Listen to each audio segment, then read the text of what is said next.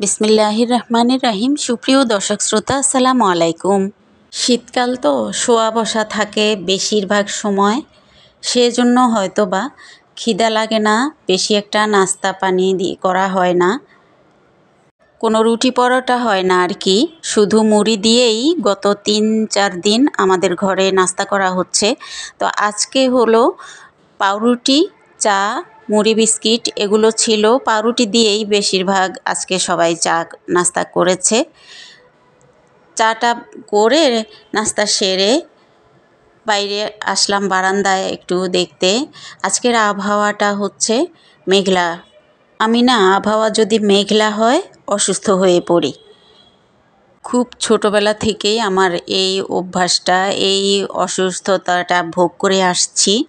মেঘলা আবহাওয়া যখন হয়, থাকে না একটু একটু ঠান্ডা ঠান্ডা বাতাস, বৃষ্টিও না রোদও না, আবার যে কীরকম গাল ফুলিয়ে থাকে, মেঘলা হয়ে থাকে সব, তখনই আমার অসুস্থতা বোধ হয়। 2-3 দিন থাকলে 2-3 দিনই আমি অসুস্থ থাকি। ভালো লাগে না কোনো কিছু খেতে, বসতে, কাজ করতে, কিছুই ভাল লাগে না। অসুস্থতায় সারাক্ষণ কাটাতে হয়। তো তার মাঝেও কাজকর্ম তো করতেই হবে। তাছাড়া আজকে রান্নার তরকারি সব শেষ। একসাথে অনেকগুলো বাজার নিয়ে এসেছিল, খেতে খেতে পুরো সপ্তাহ শেষে এখন লতিতে এসে পৌঁছাইছে। লতিগুলো আজকে কাটবো। বের করে নিয়েছি ফ্রিজ থেকে, ফ্রিজে রেখেছি। অবশ্য পানিতে থাকলে বা ঠান্ডা জাতীয়তে থাকলে লতি তেমন একটা নষ্ট হয় না, সেজন্যই লাস্টের দিনের জন্য রেখে দিয়েছিলাম। কি করব, তা তরকারি রান্না করে শেষে বাসি আমাকেই খেতে হবে। এখানে দুটো জিপলক ব্যাগ, এই যে এই কোম্পানির আমি দেখিয়ে দিলাম, এগুলো গতকালকে ধুয়ে রেখেছিলাম। তো লতি আনতে গিয়ে এগুলো এখন শুকিয়ে গেছে, নিয়ে আসছি, ভাঁজ করে রেখে দিচ্ছি। কিছু রাখা যাবার পরে রাখতে হবে, সেজন্য। আর এই যে ছোট্ট একটা ডালা নিয়ে নিয়েছি। এই ডালাটা না নতুন যখন এনেছি তখনই ভেঙে গিয়েছিল, কেমনে জানি এটা ব্যবহার করিনি, এভাবেই পড়ে রয়েছে। তো আজকে যে সকল ডালাগুলোতে আমি তরকারিগুলো নেই, সবগুলোই আর কোনোটা খালি নেই, ফাঁকা নেই আর কি। এটা আছে, এটাই নিয়ে আসলাম। এটার মধ্যে লতিগুলো রাখলাম, পুরনো লতি ভাঙা ডালার মধ্যে রাখলাম। এখানে বসে বসে কাটবো। হালকা নাস্তা সেরে কেউই বেশি কিছু ভারী কিছু খাবে না। তো আমার হাজব্যান্ড একটু জ্বর সর্দি অসুস্থ, আজকে একটু বেশিই অসুস্থ। উনি খুব দেরি করেই উঠেছেন, উঠেই উনি চলে গিয়েছেন। ফোন এসছে তাড়াতাড়ি যেতে, দোকানে চলে গিয়েছেন। তো আমি যে যার মতো চলেই গিয়েছে, আমি সকল কাজ আস্তে আস্তে শেষ করছি। তো আজকে লতি ছাড়া কোনো উপায় নাই, অন্য কোনো তরকারিও নাই। তবে রান্না করা রাত্রে তো আমি রান্না করেছিলাম ডাল, লাউ দিয়ে, ডাল দিয়ে একসাথে রান্না করেছিলাম। আর ছিল কাঁচামরিচ, পেঁয়াজ, রসুন ও ধনেপাতার ভর্তা করা ছিল, শুটকি দেওয়া আছে। মজাদার ওই ভর্তা দিয়ে লাউ তরকারি দিয়ে ঠান্ডা দিনে আজকে ভালোই আরামসে খাওয়া যাবে। তারপরেও ভাবলাম লতিগুলো নষ্ট হয়ে যাবে, বেশি থাকলে আজকেই কেটে ফেলি।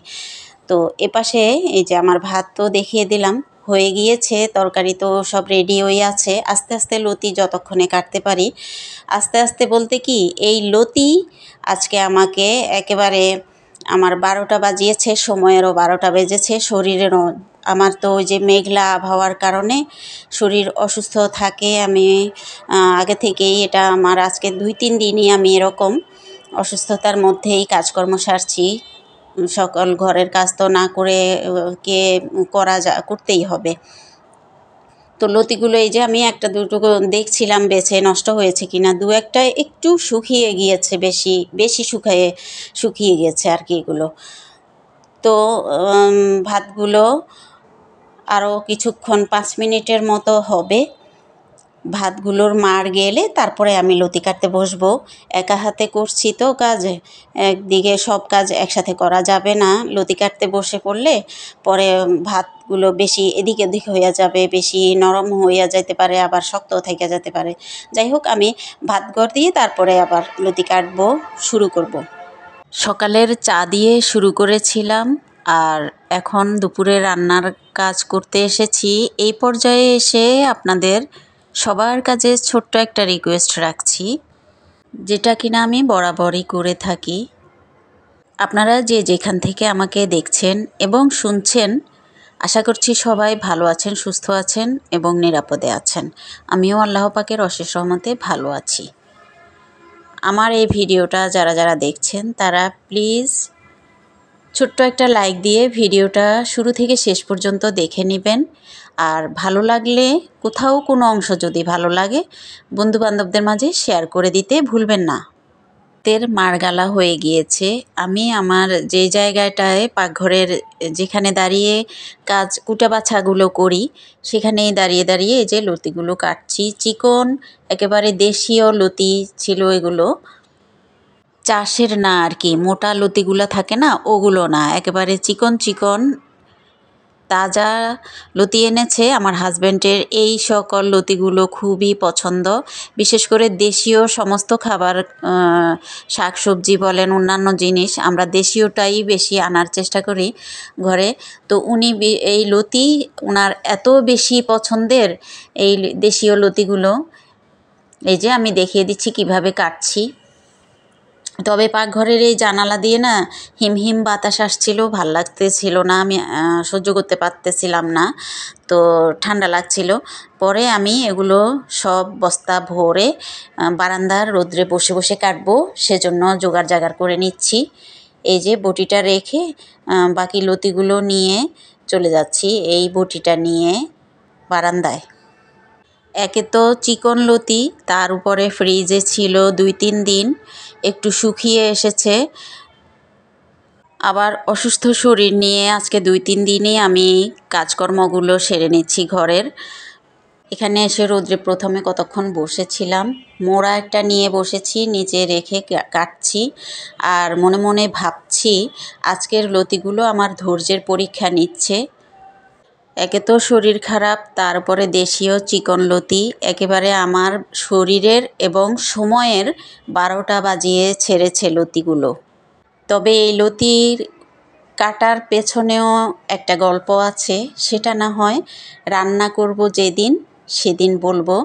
এত ছোট্ট সময়ে ছোট্ট ভিডিওতে সব ভিডিও দেখানো হয় না কাজকর্ম, তাই আজকে রান্নাটা দেখাবো না। এটা রান্না করব যখন তখন গল্প সহকারে সবার সাথে শেয়ার করব। আজকে কুটাটাই শেয়ার করছি। এখানে বসেছি না অনেকক্ষণ কাটার পরে, আমার পাকের ঘরে যে ঠান্ডা বাতাস আসছিল পশ্চিম দিক থেকে, সেজন্য এখানে চলে এসেছি। এখানে এসে বসেছি কিছুক্ষণ কাটার পরে, উত্তর দিক থেকে জোরে সোরে বাতাসে এসে ঘরের হালকা পাতলা কিছু কিছু জিনিস ফেলে দিয়েছে। তো আমি উঠে গিয়ে দেখলাম দরজাটা খোলা কিনা। এই যে উত্তর সাইডের বারান্দায় আমার মেয়ে যাওয়ার সময় লাগিয়ে গেছে, খোলা নাই, তারপরেও ওই যে জানালা খোলা ছিল একটু, জানলা দিয়ে বাতাস ঢুকে ঘরের একদম দক্ষিণ মাথায় চলে গিয়েছে জোরে বাতাস। তো এখানে এসে আবার কিছুক্ষণ বসলাম, ওই যে দূরে ওই ছাদে, পাশের বিল্ডিংয়ে, মাঝখানে রোড আর কি, পাশের বিল্ডিংয়ের ওই ছাদে না মজার জিনিসগুলো দেখতে পেলাম, গাছগাছালিগুলো। ওরা এসে এই যে গাছগুলো, গাছের নিচে সবাই বসে গল্প করছে আর রোদ পোহাচ্ছে মনে হয়, মেঘলা তো আর ঠান্ডা বাতাস, সেজন্য এখানে এসে বসেছে। খুবই ভাল লাগছে ওদেরকে দেখে, আর গল্প করছিল অনেকক্ষণ ধরে ওরা। এই যে আমি দূর থেকে ভিডিও করেছি, ঘরের বাইরে যাইনি আর কি, বারান্দায় যাইনি, ভিতরেই বসেছিলাম। বললাম না শরীর একটু একটু খারাপ, এদিকে রান্নাবাড়া তো করতেই হবে, ওটা না করে তো উপায় নাই। তো ফাঁকে আবার রাস্তার গাড়িগুলা, গাছগাছালিগুলো শেয়ার করলাম, গাছগুলো দেখলাম কি তরতাজা, 2 দিন আগেও ছিল। 1 সপ্তাহের শীত আসতে না আসতে প্রত্যেকটা গাছ একেবারে ধুলাবালিতে ভরে মরা মরা হয়ে গিয়েছে। এই যে একটা গাছ, এই যে এখন যেটা দেখাচ্ছি, একেবারে শুকিয়ে গেছে। এটা এই গাছটা আমার একদম ঘরের থেকেই দেখা যায়, রাস্তার পাশে লাগানো একদম ঝোপালো গাছটা। গাছের নিচে অনেকেই দোকান দিয়ে বসে, আবার বিকেলে কাজকর্ম করে, কেউ আড্ডা দেয়, একজন মহিলা বসে চা বানায় ওইখানে, পিঠা বানায়। যাই হোক, এই যে ছাদটা আমি আবার এবার ওরা নাই, চলে গিয়েছে, তাই পুরোটা দেখিয়ে দিলাম কাছের থেকে। গাছগুলো আমার খুবই ভালো লাগে। প্রত্যেকটা গাছ শুকিয়ে গেছে, রাস্তারগুলো, ছাদেরগুলো। বেশ খানিকক্ষণ এখানে বসেছিলাম,